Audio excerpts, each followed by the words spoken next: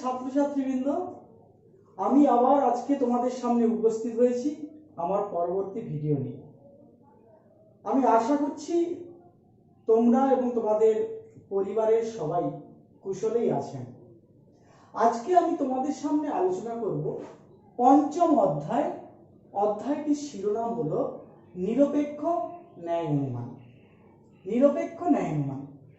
প্রথমে আমি তোমাদের বলে নেই, এই অধ্যায় থেকে তোমাদের প্রশ্ন থাকবে 10 নাম্বার।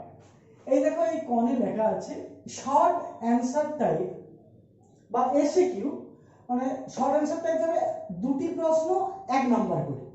1 নম্বরে দুটি শর্ট প্রশ্ন, মাল্টিপল চয়েস নয় কিন্তু। আর 8 নম্বরে ডেসক্রিপটিভ অ্যান্সার টাইপ, সেটা হচ্ছে 8 নম্বর একটি। তা পার্ট পার্ট থাকতে পারে। তাহলে 1 নম্বরে দুটি প্রশ্ন আর 8 নম্বরে একটি, মোট 10 নাম্বার থাকবে এই অধ্যায় থেকে। ঠিক আছে, তাহলে আমরা আলোচনা চলে যাচ্ছি। প্রথমেই বলে নেই, ন্যায় অনুমান এর আগের অধ্যায়ের যে ভাগটা আমরা তোমাদের বলেছিলাম, আমি বলেছিলাম তোমাদের, তার সঙ্গে কিছুটা হয়তো অমিল রয়েছে। তোমরা ভাববে যে স্যার আগেরটাতে একরকম বললেন, এখানে অন্যরকম। আগেরটায় কি বলেছিলাম যে অবরোহ অনুমান দু প্রকার, অমাধ্যম অনুমান আর অমাধ্যম অনুমান। মাধ্যম অনুমান দু প্রকার, ন্যায় অনুমান, অন্যায় অনুমান। ন্যায় অনুমান আবার বলেছিলাম দু প্রকার, নিরপেক্ষ ন্যায় অনুমান, সাপেক্ষ ন্যায় অনুমান। সাপেক্ষ ন্যায় অনুমান দু প্রকার বলেছিলাম, সেটা হচ্ছে প্রাকল্পিক ন্যায় অনুমান, বৈকল্পিক ন্যায় অনুমান।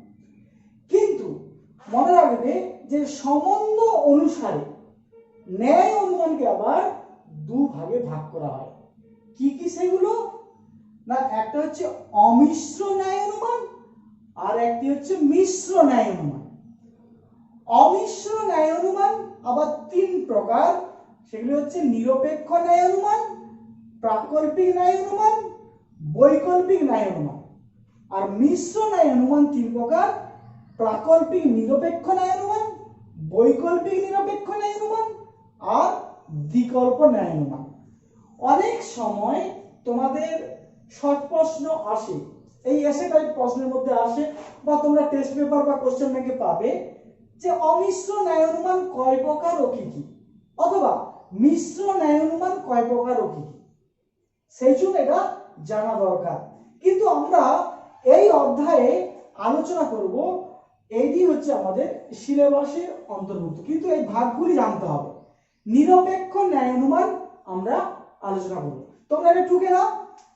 তাহলে এরপর আমরা চলে যাব নিরপেক্ষ ন্যায় অনুমান। এরপর আমরা তাহলে আলোচনা করব নিরপেক্ষ ন্যায় অনুমান। এই দুটো শব্দকে যদি আমরা ভেঙে দেই তাহলে কিন্তু খুব সোজা হবে। অনেকে কিন্তু নিরপেক্ষ ন্যায় অনুমান কাকে বলে তার সংজ্ঞা সঠিকভাবে দিতে পারে না।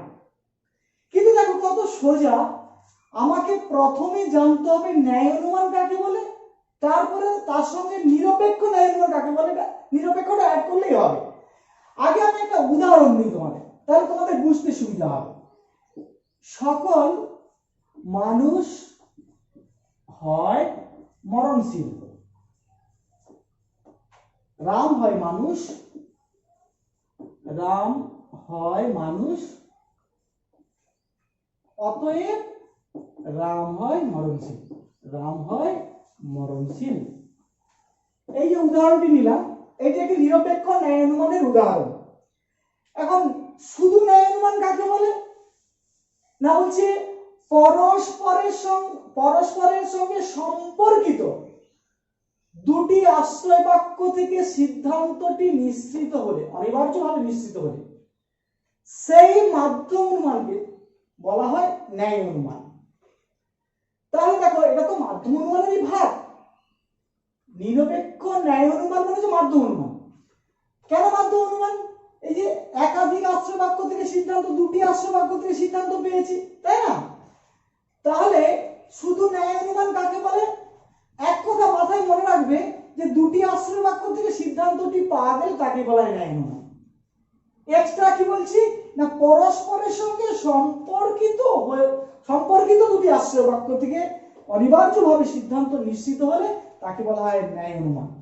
আর নিরপেক্ষ ন্যায় অনুমান কাকে বলে? তার সঙ্গে শুধু জুড়ে দাও এবং যার প্রত্যেকটি বচন নিরপেক্ষ বচন দ্বারা গঠিত।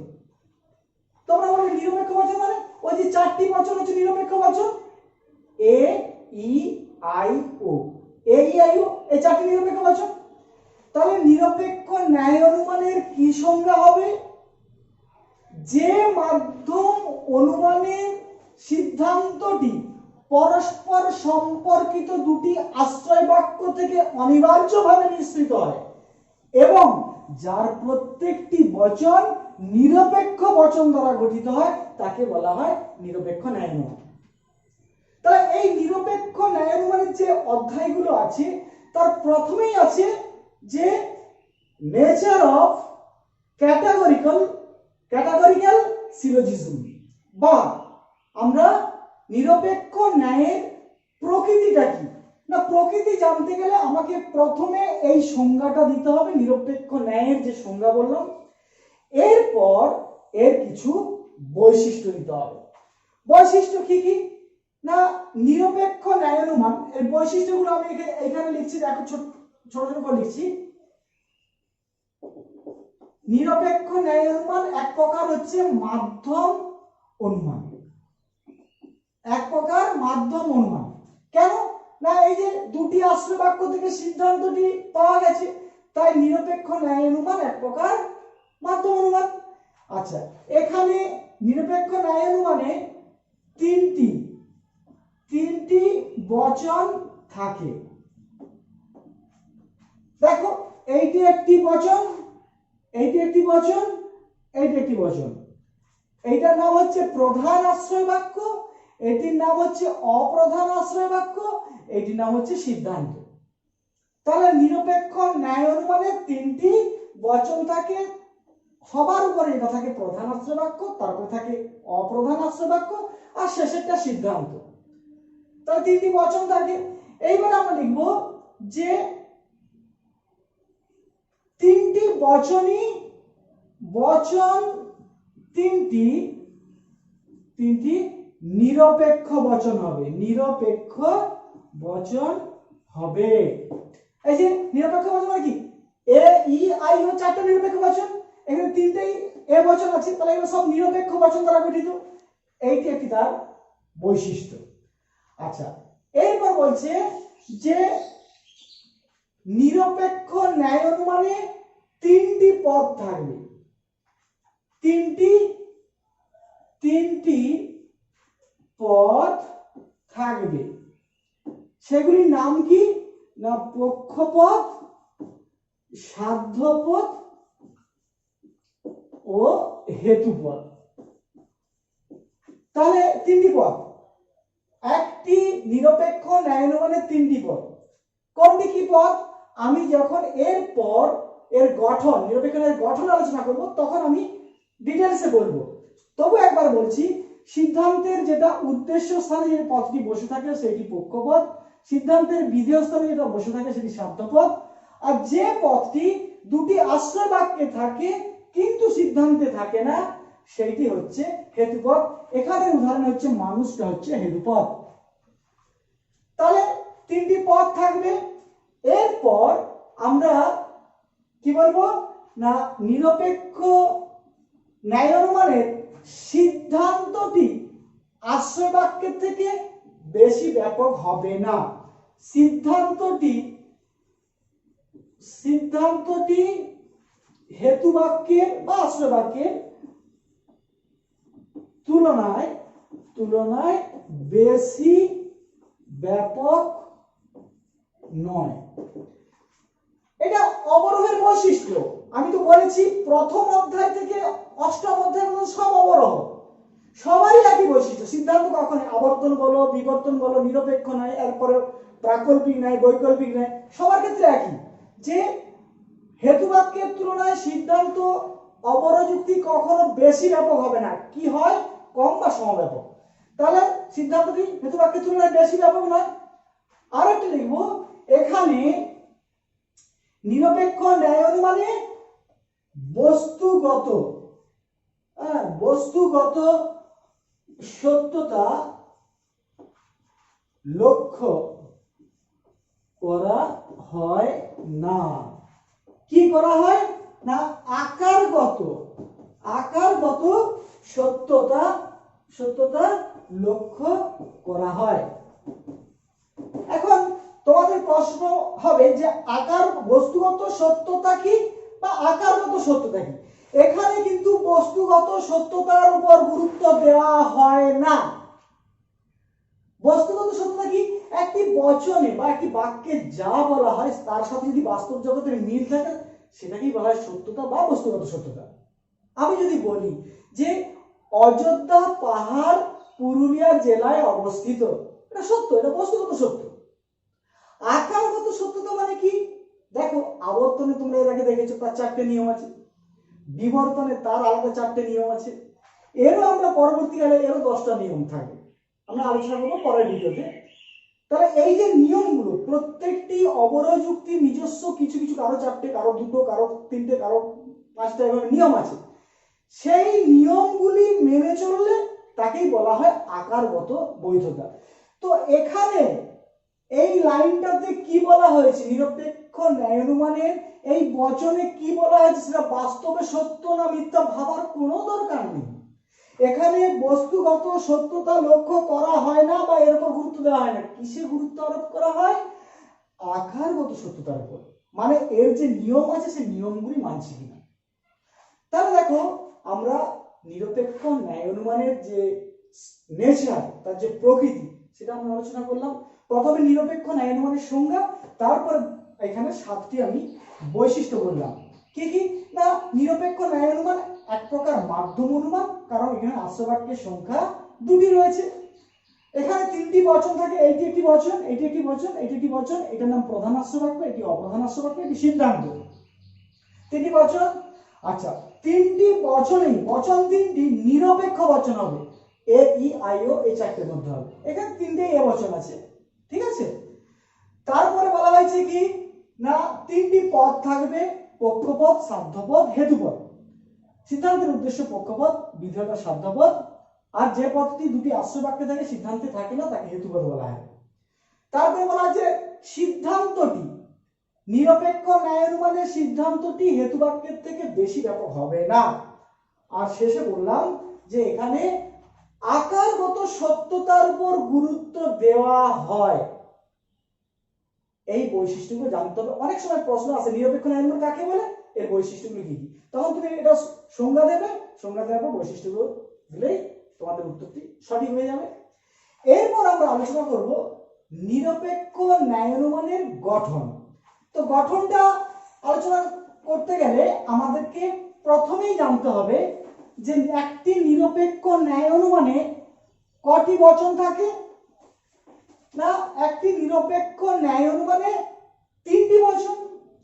তাদের নাম কি, এই গঠনটি ভালো করে জেনে নাও।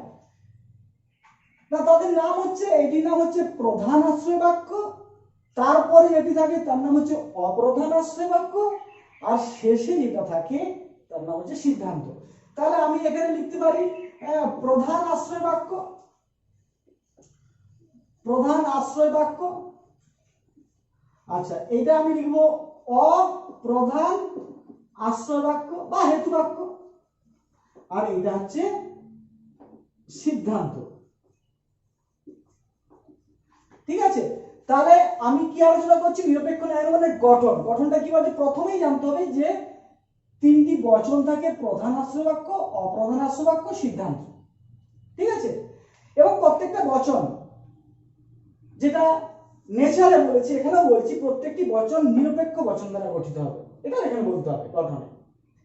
এরপর প্রধান যে বিষয়টি, এর গঠনের প্রধান বিষয়টি হচ্ছে নিরপেক্ষ ন্যায় অনুমানে 3টি পদ থাকে।